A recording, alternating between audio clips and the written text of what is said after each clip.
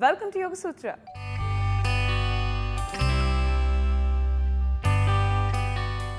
ఇవాళ యోగ సూత్రలో కృష్ణ గారు మనందరికీ ఏ ఆసనం పరిచయం చేయబోతున్నారో చూద్దాం.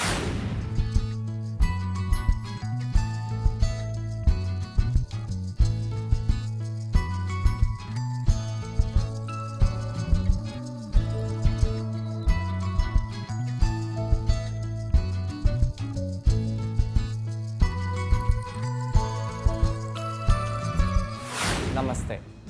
ఈరోజు యోగా సూత్రాలు చేసే ఆసనం పేరు విపరీత గుల్ఫబద్ధ ఉత్తానాసనము.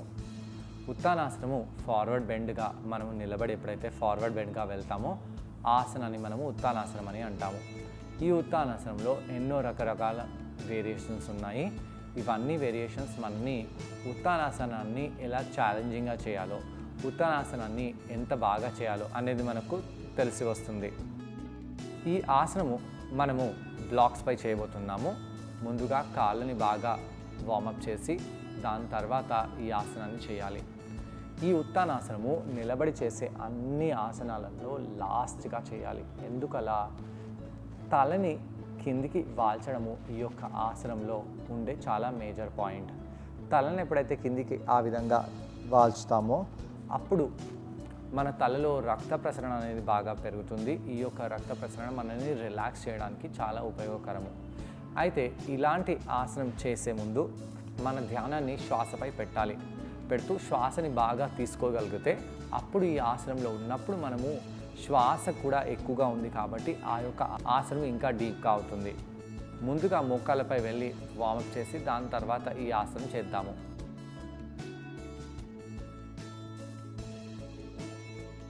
చేతులని బ్లాక్స్పై ఇలా పెట్టేసి వీపుని ఆడ్ చేసి బ్యాక్ని రౌండ్ చేయాలి.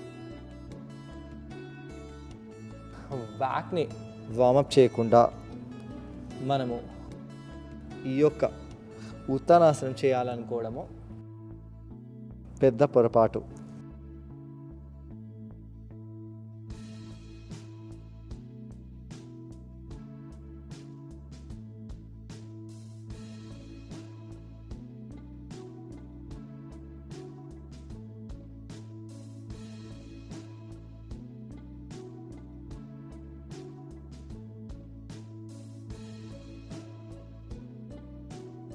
ఇలా చేసి అధోముఖ శ్వానాసనంలో వెళ్ళండి. ఇక్కడ కొంత సమయం పాటు ఉండాలి.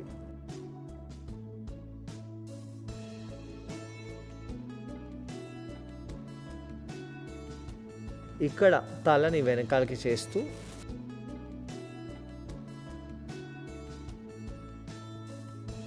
దాని తర్వాత మళ్ళీ మోకాలని కింద పెట్టేసి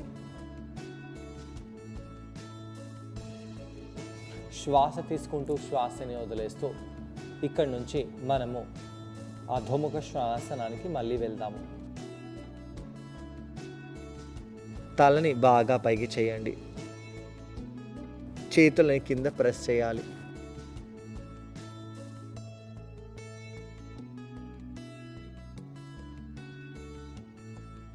ఆ విధంగా చేసి కాళ్ళని ఇలా కిందికి తెచ్చేసి ఇలా కింద బెండ్ అవ్వండి.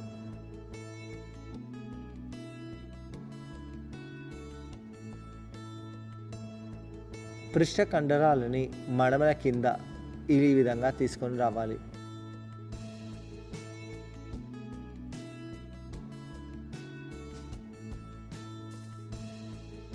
బ్లాక్స్ని కొంచెం ముందుకు తీసుకెళ్ళండి. ఇక్కడ ఉత్తానాసనం ఎంత బాగా చేయగలుగుతున్నాము అనేది గమనించండి.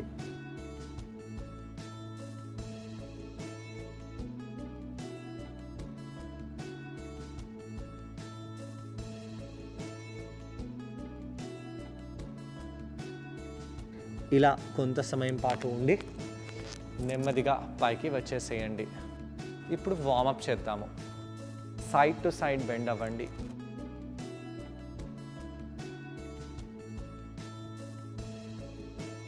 ఇలా సైడ్ టు సైడ్ బెండ్ అయినప్పుడు నడుము చెరో వైపు ఎలా అనిపిస్తుందో గమనించాలి. దాని తర్వాత నడుముని కొద్దిగా రొటేట్ చేద్దాము. దీంతో నడుములో ఉండే కండరాలు కూడా బాగా వార్మప్ అయిపోతాయి. నడుములో ఫ్లెక్సిబిలిటీ ఈ యొక్క ఆసనానికి చాలా అవసరము.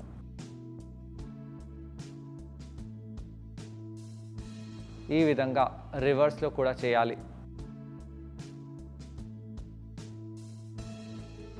ఇప్పుడు మనము ఫార్వర్డ్గా బెండ్ అవుదాము. అర్ధ ఉత్తానాసనంలో బెండ్ అవుదాము. పాదాలను దగ్గరగా తెచ్చేసి ఇలా బెండ్ అవ్వండి. వీపులో ఉండే కండరాలని యాక్టివేట్ చేయాలి.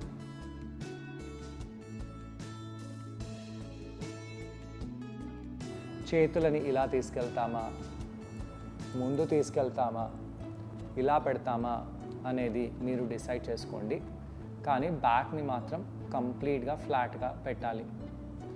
వెయిట్ని ముందుకు షిఫ్ట్ చేయండి.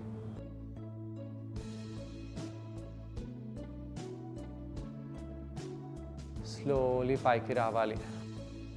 నడుములో ఉండే కండరాలు, ఇవన్నీ కండరాలని బాగా వార్మప్ చేసి చేతులని ఇక్కడ పెట్టేసి ఒకసారి బ్యాక్ బెండ్లో వెళ్దాము.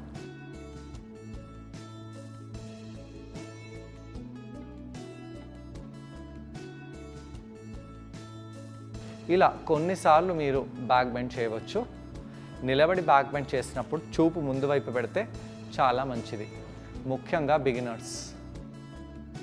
మళ్ళీ ఈ విధంగా ఫార్వర్డ్గా బెండ్ అయిపోండి.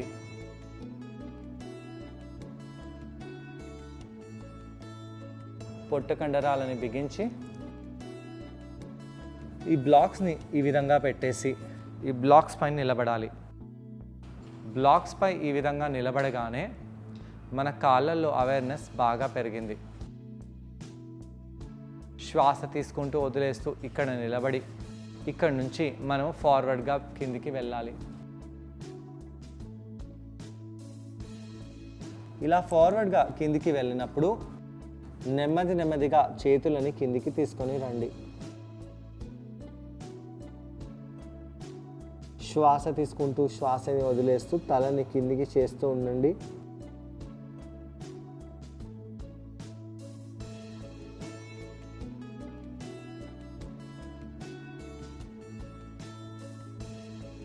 నడుముతో కిందికి బెండ్ అవుతూ కుడి చేతితో ఎడమ గుల్ఫ భాగాన్ని, ఎడమ చేతితో కుడి గుల్ఫ భాగాన్ని పట్టుకోవాలి. ఇలా పట్టుకోవడానికి కారణం ఏంటి? ఎప్పుడైతే చేతులను ఇలా క్రాస్ చేసి పట్టుకుంటామో అప్పుడు మన భుజము ఇలా వెనకాలకి వెళ్తుంది. జనరల్గా ఫార్వర్డ్ బెండ్లో భుజము చెవు దగ్గరికి బాగా క్లోజ్గా వచ్చేస్తుంది. అయితే ఇక్కడ భుజాలని ఎక్సర్సైజ్ చేస్తూ గుల్ఫ భాగాన్ని పట్టుకొని ఇలా తలని కిందికి చేస్తూ ఉండాలి.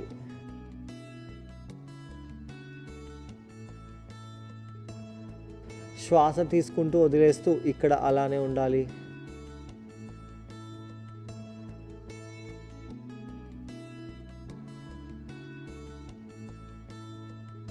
కొంత సమయం పాటు ఇక్కడ అలానే ఉంటూ రెస్ట్ చేయాలి.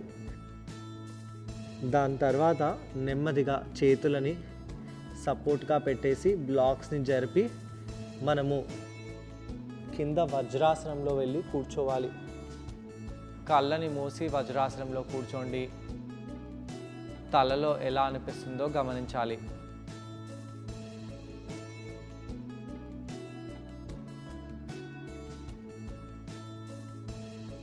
కళ్ళని మూసివేసి కొంత సమయం పాటు ఎలా అనిపిస్తుందో గమనించండి.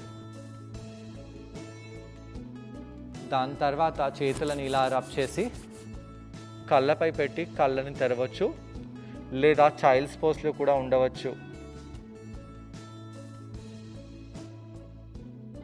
ఈ ఆసనాన్ని ట్రై చేయడానికి కృష్ణ గారితో పాటు నేను కూడా జాయిన్ అవబోతున్నాను. మా ఇద్దరిని చూసి ఈ ఆసనాన్ని మీరు కూడా ట్రై చేయండి. నమస్తే. ఈరోజు యోగా సూత్రాల్లో చేసే ఆసనం పేరు విపరీత గుల్ఫబద్ధ ఉత్తానాసన. ఈ యొక్క ఆసనము నిలబడి చేసే ఆసనము. ఇక్కడ మనము 2 బ్లాక్స్ని ఉపయోగిస్తున్నాము. ఈ ఉత్తానాసనంలో నిలబడి మనము ఫార్వర్డ్గా బెండ్ అవుతాము. ఈ యొక్క ఆసనంలో మనము ఎన్నో వేరియేషన్స్ని తీసుకొని రావచ్చు. అలా ఈరోజు మనము విపరీత గుల్ఫబద్ధ అంటే మనము మన చీలి మండలం దగ్గర చేతులతో పట్టుకొని ఈ ఆసనం చేయబోతున్నాము. ఈ యొక్క ఆసనం చేసే ముందు ఎలాంటి ప్రిపరేషన్ చేయాలి? ఫార్వర్డ్ బెండ్లో వెళ్తున్నాము కాబట్టి బ్యాక్ బాగా ఫ్లెక్సిబుల్గా ఉండాలి. అలానే నిలబడి చేసే ఆసనాలలో ఈ యొక్క ఆసనము అన్నిటికంటే లాస్ట్లో వస్తుంది. ముందుగా బ్యాక్ని వార్మప్ చేసి దాని తర్వాత ఈ ఆసనం చేద్దాము. చేతులని చెరోవైపు నుంచి ఆకాశం వైపు తీసుకెళ్ళండి, కిందికి తీసుకుని రండి. ఇలా కూర్చొని కూడా మీరు వార్మప్ చేయవచ్చు. అలా చేతులని పైకి కిందికి చేసిన తర్వాత నెమ్మదిగా సైడ్ టు సైడ్ బెండ్ అవ్వాలి. కుడివైపు బెండ్ అవ్వండి, ఎడమవైపు బెండ్ అవ్వాలి. కుడివైపు బెండ్ అవ్వండి, ఎడమవైపు బెండ్ అవ్వాలి. ఇలా left to right, right to left bend చేస్తూ ఉండండి.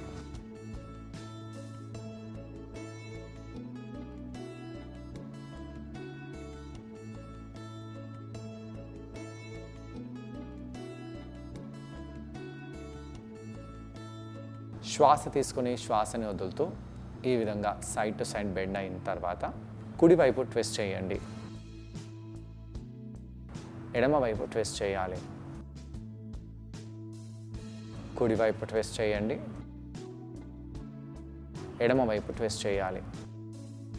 ఇలా కుడి నుంచి ఎడమ, ఎడమ నుంచి కుడివైపు ట్విస్ట్ చేస్తూ ఉండండి.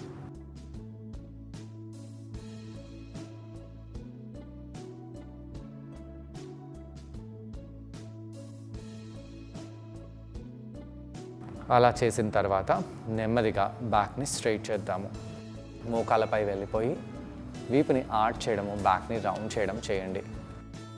ముఖ్యంగా నడుము కింది భాగంలో స్ట్రెచ్ బాగా పడేలాగా చూడాలి.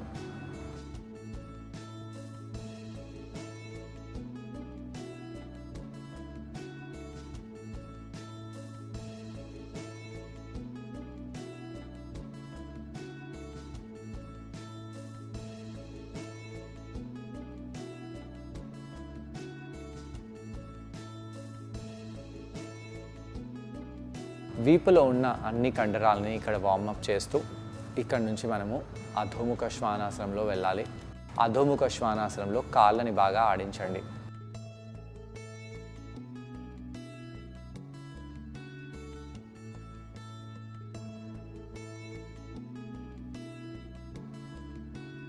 అలా ఆడించి రెండు కాళ్ళని ముందుకు తీసుకొని వచ్చేయాలి. ఇక్కడ కింద ఫార్వర్డ్గా బెండ్ అయ్యి ఉండండి. ఎప్పుడైతే మనం ఫార్వర్డ్గా బెండ్ అవుతామో పాదాలని కనీసం మన పృష్ఠభాగం అంతా దూరంగా తెచ్చిపెట్టాలి. ఒకవేళ అంత దూరంగా లేకపోతే మనము ఫార్వర్డ్ బెండ్లో అంత కిందికి వెళ్ళలేము. వెయిట్ని ముందుకు చేయండి. కాళ్ళ వేళ్ళల్లో, మడమలలో ఈక్వల్గా వెయిట్ ఉండాలి. ఇక్కడ తలని ఇంకా ముందుకు చేయాలి. అలా ముందుకు చేసి పృష్ఠభాగాలని ముందుకు చేయండి. మోచేతులని బెండ్ చేస్తూ తలని కిందికి వాల్చాలి.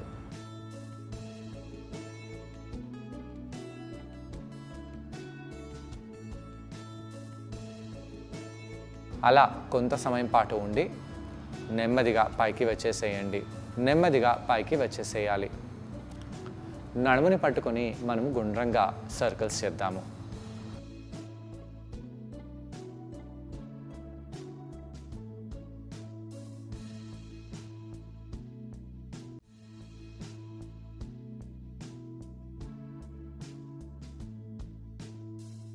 నడుముని మనము సర్కిల్స్ చేసి నెమ్మదిగా సెంటర్కి వచ్చేసేయాలి. ఇక మనము స్పైన్, నడుము కింది భాగంలో చేతులని ఇలా పెట్టాలి. కింది వైపు ఫోకస్ చేస్తూ పెట్టండి. మోచేతులు దగ్గరగా తెచ్చేసి పృష్ఠభాగాలని ముందుకు చేస్తూ వీపులో ఆర్చ్ చేయండి. ఇలా ఆర్చ్ చేసినప్పుడు మోచేతులని ఇంకా కిందికి చేస్తూ ముందు వైపే చూడాలి. బ్యాక్లో ఎలా అనిపిస్తుందో గమనించండి. నెమ్మదిగా పైకి వచ్చేసేయాలి. ఇలా బ్యాక్ బెండ్స్ మీరు కావాలంటే 2-3 సార్లు చేయవచ్చు. అలా చేసిన తర్వాత పైకి వచ్చేసేయండి. అలా చేసిన తర్వాత మనము నడుముని పట్టుకొని మనము నెమ్మదిగా కుడివైపు తిరగాలి. ఎప్పుడైతే ఇలా తిరుగుతామో పృష్ఠభాగాలు కిందికి కదలవు. కేవలము మన నాభి పై భాగమే కదులుతుంది. పొట్ట కండరాలని లోపలికి బిగించుకోండి, సెంటర్కి వచ్చేసేయండి. ఎడమ వైపు కూడా పృష్ఠ భాగాలని కదిలించకుండా మనము ట్విస్ట్ చేయాలి. కుడివైపు, ఎడమవైపు ఇలా రెండు వైపులా మనం చేసిన తర్వాత ఇప్పుడు మనము బ్లాక్స్ పైన నిలబడాలి. బ్లాక్స్ పైన నిలబడి ఫార్వర్డ్గా బెండ్ అవుదాము. అలా ఫార్వర్డ్గా బెండ్ అవుతూ కంప్లీట్గా కిందికి వచ్చేసేయాలి. తలని కిందికి వాల్చండి. ఇప్పుడు మనము ఫార్వర్డ్గా బెండ్ అవ్వాలి, తలని కిందికి వాల్చాలి. కుడి చేతితో ఎడమ చీలిమండలాన్ని పట్టుకోవాలి, ఎడమ చేతితో కుడి చీలిమండలాన్ని పట్టుకోవాలి. ఇలా పట్టుకొని మన మోచేతులని విశాలంగా చేస్తూ, ఛాతిని విశాలంగా చేస్తూ తలని కిందికి వాల్చుదాము.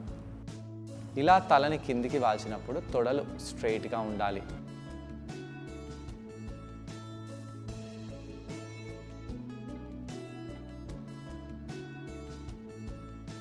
పృష్ఠ భాగము మన మడమల కంటే పైకి వచ్చేలాగా చూడాలి.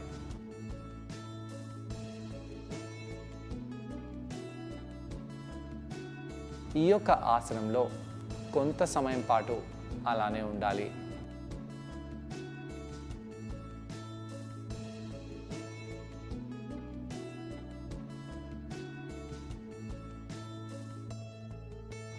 తలలో రక్త ప్రసరణ ఎలా జరుగుతుందో గమనించండి. ముఖ్యంగా బ్లాక్స్ పై ఈ ఆసనం చేస్తున్నామంటే కొద్దిగా కింద పడిపోతామేమో అని భయం అలా ఉంటుంది.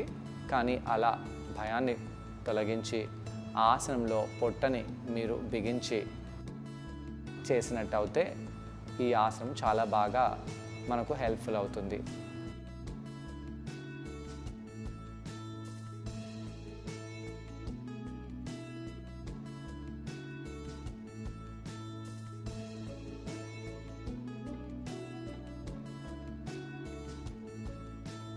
తలలో రక్త ప్రసరణ బాగా జరిగేలాగా చూస్తూ, ఫేస్లో బ్లడ్ ఫ్లో బాగా ఇంటెన్స్గా ఫ్లో అయ్యేలాగా చూస్తూ ఈ ఆసనంలో అలానే ఉండండి. ఇక్కడ కళ్ళని కూడా మనము మూసివేసి పెట్టవచ్చు. కొంత సమయం పాటు ఇక్కడ ఉండవచ్చు. థెరపీ ఆసనాలలో ఈ ఆసనము చాలా మంచి ఆసనము. చూసారు కదండి, ఈ ఆసనం పేరు విపరీత గుల్ఫబద్ధ ఉత్తానాసన. ఈ ఆసనాన్ని మనం బ్లాక్ సహాయంతో చేసాం. ఈ ఆసనం చేయడం వలన కాళ్ళ కండరాలకు, తొడ కండరాలకు చాలా మంచిది. ఆ కండరాలపై మంచి స్ట్రెచ్ లభిస్తుంది. అలాగే భుజాల కండరాలు, చేతుల కండరాలపై కూడా మంచి ప్రభావం పడుతుంది. స్పెషల్గా కాళ్లలో ఉండే స్టెబిలిటీ మజిల్స్ పైన ఈ ఆసనం చాలా బెనిఫిషియల్గా ఉంటుంది. వీటితో పాటు తలలో రక్త ప్రసరణ చాలా బాగా జరిగి ఫేస్లో మంచి గ్లో కూడా వస్తుంది. అయితే బ్యాక్ పెయిన్ ఉన్న వాళ్ళు ఈ ఆసనము అంతగా చేయకూడదు. అలా కొంత సమయం పాటు ఉండి కాళ్ళని వదిలేసి మనము రిలాక్స్ అయిపోవాలి. రిలాక్స్ అవ్వడానికి వజ్రాసనంలో కూర్చొని వజ్రాసనంలో వచ్చి అక్కడి నుంచి బాలాసనంలో వెళ్ళాలి.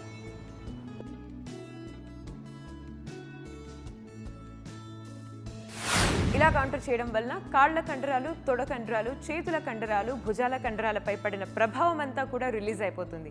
మరి ఇవాళ యోగ సూత్రలో కృష్ణ గారిని మనం అడగబోయే ప్రశ్న ఏంటంటే, ఈ ఆసనం చేసేటప్పుడు మనమందరం ఎటువంటి జాగ్రత్తలు పాటించాలి?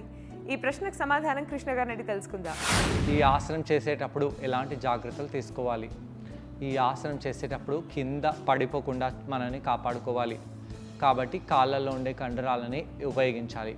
అలానే నడుములో, బ్యాక్లో స్ట్రెచ్ తీవ్రంగా పడేలాగా చూసుకోవాలి. దానికి కూడా వార్మప్ ఎక్సర్సైజెస్ని మనం చేసి ఈ ఆసనం చేసినట్టు అవుతే మనకు మ్యాక్సిమం బెనిఫిట్స్ అనేది లభిస్తాయి. సో చూసారు కదండి, ఇవాళ ఎపిసోడ్లో విపరీత గుల్ఫబద్ధ ఉత్తానాసన. మరి ఈ ఆసనాన్ని మీరందరూ తప్పకుండా ట్రై చేసి దీనివల్ల వచ్చే బెనిఫిట్స్ని మీరు కూడా పొందండి. తిరిగి రేపటి ఎపిసోడ్లో మరో ఆసనంతో, మరికొన్ని బెనిఫిట్స్తో మనం మళ్ళీ కలుసుకుందాం. అంతవరకు stay fit and be healthy. Bye.